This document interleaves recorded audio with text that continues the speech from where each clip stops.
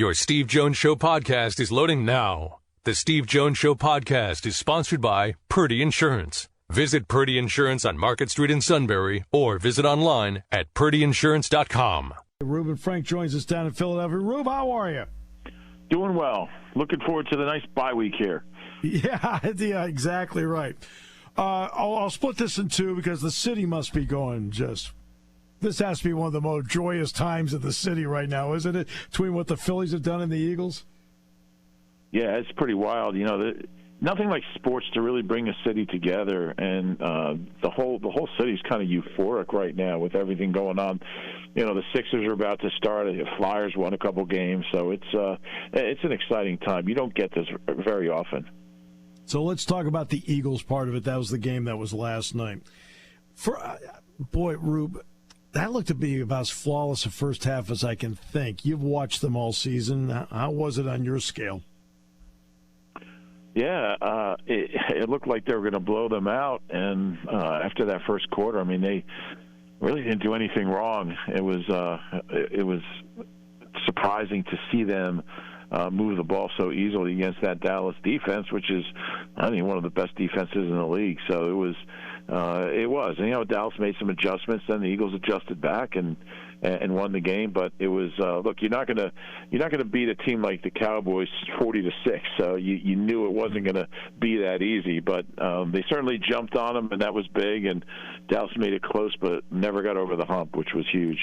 No, never did. And I thought that drive to really put it away that got them to 26. And that showed me a lot at that point because, you know, you've lost the momentum even though you're at home, and they were able to recapture that. What did that tell you? You try to learn certain things in certain moments. What did you learn about them there?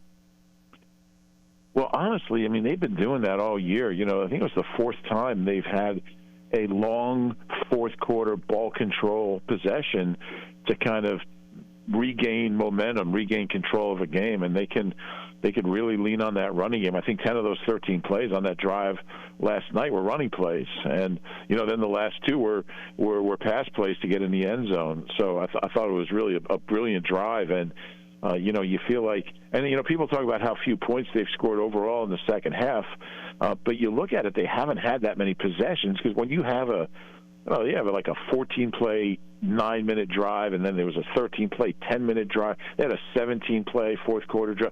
So you're not going to score as many points, but you're in a different part of the game where time is just as important as points. You know, if you can, last week they ran down from 10.5 minutes to 1.5 minutes in Arizona with a drive at the field goal drive at the end of the game. So sometimes you want to strike quick, hurry up, and get as many points as you can as quickly as you can. But there's a point in the game where we just want to run clock and get this game over with, and I think they've shown that they're really good at that.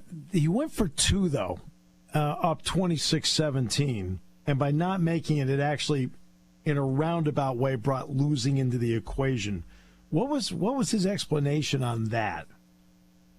You know, if they lost the game, I'm sure he would have been asked that, but it didn't come up after the game. It didn't come up today. I don't know.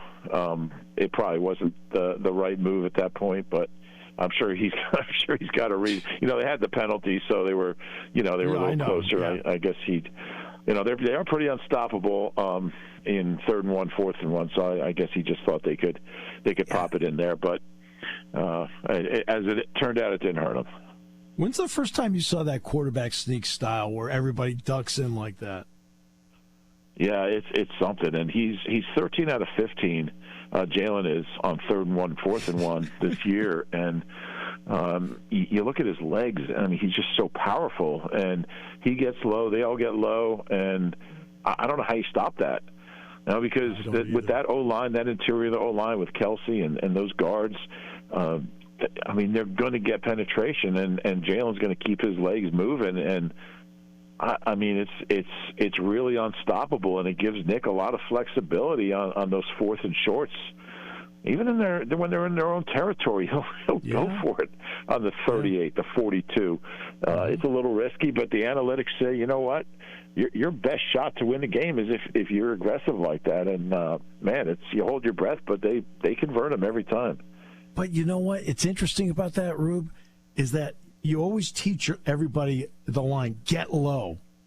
It really is remarkable to watch a sideline shot of all of them getting low like that, including Hurts. I think it's a remarkable look.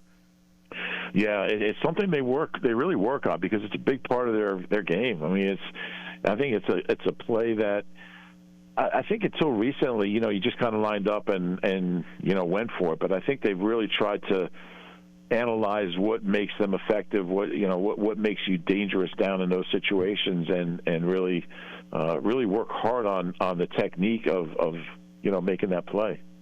As much as we're talking offense, they had 3 picks in last night's game. Teams will win championships on days where they really need their defense. When you look at the Eagles' defense from Jonathan Gannon, what are you seeing? Yeah, just what you said. I mean, their corners had 9 interceptions in 17 games last year, and they have 9 in 6 games this year. Amazing.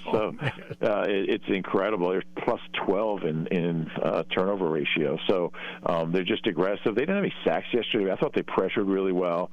Yeah. And Cooper Rush is a guy who hadn't thrown a pick all year, and they just made it really tough for him. He tried to rush some throws, and I think the one thing that kept Dallas in the game was that they didn't have to throw even when they got behind because they were having some success running the ball, and that's kind of this defense's Achilles heel. They're not great against the run, so they got to clean that up. But their D-backs are so aggressive and such playmakers, and just haven't seen that around here in a long time. And 3 picks. Chauncey Gardner-Johnson had 2, and in between he missed 17 snaps with a hand injury, and we're thinking he might have broken his hand, and he comes back out, guts it out, not only plays well, but gets his hands under that ball on the second interception.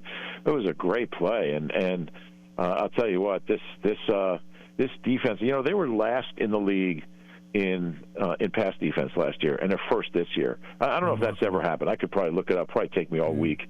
But it's remarkable how much they've changed as a secondary. 32-1 is a leap. So that's something else. You can't do much better than that. You can't do any better than that. I don't know if it was brought up. I didn't see Nick's press conference today, but I'm sure he was asked about the bye week. How does he want to approach it? Yeah, what he likes to do is, the players will be in for the next. Yeah, I think they're in today and tomorrow, and then they'll be off till next week. But the coaches each get an assignment and like a little project that they'll work on. They're going to look at why they're not scoring as much in the second half. They're going to look at different. Like each coach gets an assignment to study one aspect of the way they played in the first 6 weeks, and so they'll do a lot of self-scouting, and even at 6-0, there's certainly a lot to improve on. They haven't played a complete game yet. They haven't played a 60-minute build up a lead, pour it on, and blow a team out. You don't get a lot of those. You don't get a lot of those in the NFL. It's more of a college thing, but I think they're really interested in doing a lot of self-scouting and figuring out how they can play even better the second half. I know you had to move your schedule around to be with us. We are greatly appreciative of that, Rube. Thanks so much. Oh, sure. Anytime. You got it.